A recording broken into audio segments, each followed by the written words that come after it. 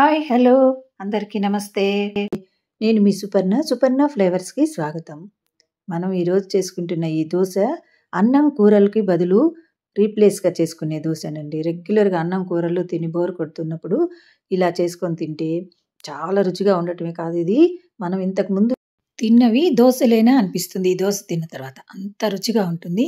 బియ్యము, కూరగాయలతో చేసుకున్నాం కాబట్టి ఇది లంచ్, డిన్నరు లేదా బ్రేక్‌ఫాస్ట్ ఎలా తీసుకున్నా కూడా హెవీగా ఉంటుంది. 4 అవర్స్ వరకు మనకసలు ఆకలి కూడా వేయదు. సొరకాయలు వాటర్ కంటెంటు, ఫైబర్ అనేవి ఎక్కువగా ఉంటుంది కాబట్టి అన్ని ఏజ్‌ల వాళ్ళు చక్కగా తినొచ్చు. వీటిని ఇలాగే లైట్ గ్రీన్ కలర్‌లోనే ఉంచుకోవాలండి. బ్రౌన్ కలర్ వచ్చేదాకా వేస్తే బావుండదు టేస్టు. ఇలా లైట్ గ్రీన్ కలర్‌లో ఉండంగానే తీసేసుకుంటే చాలా రుచిగా ఉండే ఈ దోసల్ని ఎలా తయారు చేసుకోవాలో చూసేద్దామా మరి? బౌల్‌లోకి 3 కప్పులు రైస్ తీసుకున్నాం. 4 అవర్స్ నానబెట్టుకోవాలండి వీటిని కనీసం.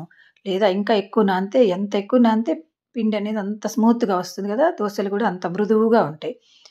కనీసం 4 అవర్ నానబెట్టుకున్న తర్వాత వాటిని శుభ్రంగా కడిగి మిక్సీ జార్‌లో వేసుకొని, దాంట్లో ఒక 10 మిరియాలు వేసుకున్నాం. ఈ మిరియాల వల్ల మంచి రుచి, మంచి స్మెల్లు, అంతేకాకుండా డైజెషన్‌కి కూడా మంచిది కదా! భలే రుచొస్తుందండి ఈ మిరియాల వల్ల. ఇవి వేసిన తర్వాత 2 బంగాళదుంపలను ఉడికించుకొని పొట్టు తీసి వాటిని కూడా వేసేసుకొని మెత్తగా మిక్సీ పట్టుకుందాం. ఇలా మెత్తగా మిక్సీ పట్టుకున్న దాన్ని బౌల్‌లోకి తీసేసుకొని, ఇది ఒక హాఫ్ ఎన్ అవర్ వరకు ఇలాగే ఉంచుకోవాలి. దీనిలోండి కొంచెం ఒక పావు స్పూను వంట సోడా గాని, లేదంటే ఈనో అయినా పర్వాలేదు. ఈ రెండిట్లో ఏదో ఒకటి వేసేసి బాగా కలిపేసి పక్కన పెట్టేద్దాం ఒక అరగంట సేపు. ఈలోపు మనం సొరకాయని తురుముకుందాం. లేత సొరకాయ అండి, చూసారా? గింజలు కూడా రాలేదు. ఈ సొరకాయని 3 ముక్కలు చేశాను. అందులో 2 ముక్కలే తీసుకున్నాను. దానిలోకి దీన్ని చక్కగా తురిమేసుకొని, ఈ తురుముని వాటరంతా తీసేసి ఇందులో వేసుకోవాలి. మనం కావాలనుకుంటే అండి ముందే ఈ సొరకాయని తురిమేసుకొని, ఈ వాటర్ తోటి కూడా మనం బియ్యాన్ని రుబ్బుకుంటే ఇంకా బావుంటుంది దోస. టేస్ట్ బావుంటుంది. ఇంకా మృదువుగా కూడా వస్తాయి దోసలు. ఈ పిండిలోకి సన్నగా కట్ చేసుకున్న కొత్తిమీర, పచ్చిమిర్చి ముక్కలు, అలాగే అల్లం తురుము వేసుకొని, తగినంత సాల్ట్ కూడా వేసి బాగా కలిపేసుకుందాం. మనకి ఇప్పుడు పిండి రెడీ అయిపోయింది. స్టవ్ ఆన్ చేసుకొని ప్యాన్ పెట్టేసి కొంచెం వేడవ్వాలి. ఇది కొంచెం వేడైన తర్వాత కొద్దిగా ఆయిల్ వేసుకొని, ఉల్లిపాయ సగం కోసి దాంతో కానీ, లేదంటే క్లాత్‌తో కానీ ఇలా పెనాన్ని నీట్‌గా తుడిచేసి పిండిని స్ప్రెడ్ చేద్దాం. ఇది మరీ మందంగా కాకుండా, మరీ పల్చగా కాకుండా వేసుకోవాలండి. ఇందులో సొరకాయ తురుముంది గదా! మరీ పల్చగా రాదు. అలానే ఎక్కువ మందంగా కాకుండా ఇలా వేసుకుంటే సెట్ దోసలాగా వేసుకుంటే కూడా ఇంకా బావుంటుంది. కొద్దిగా ఆయిల్ వేసి కాల్చుకుందాం. చూసారా? చిల్లులు చిల్లులుగా గ్రీన్ కలర్‌లో ఎంత బావుందో!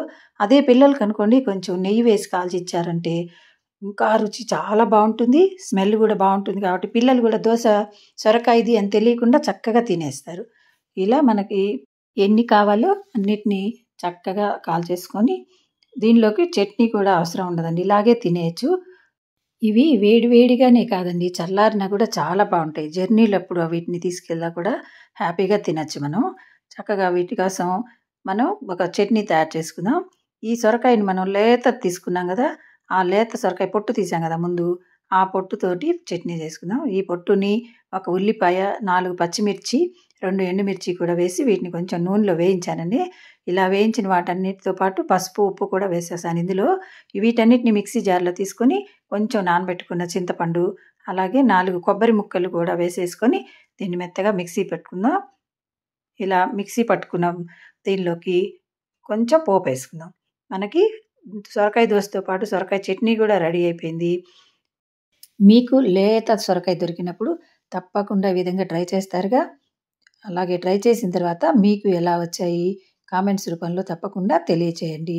ఈ వీడియో నచ్చితే లైక్ చేయండి, కామెంట్ చేయండి, సబ్స్క్రైబ్ తప్పకుండా చేయండి. షేర్ చేయటం అస్సలు మర్చిపోవద్దు. Thank you for watching. ఇప్పుడు పచ్చడితో టేస్ట్ చేద్దామా? ఆహా! ఏమి రుచి అనేలాగే ఉంది. మీరు అస్సలు మిస్ అవ్వద్దు.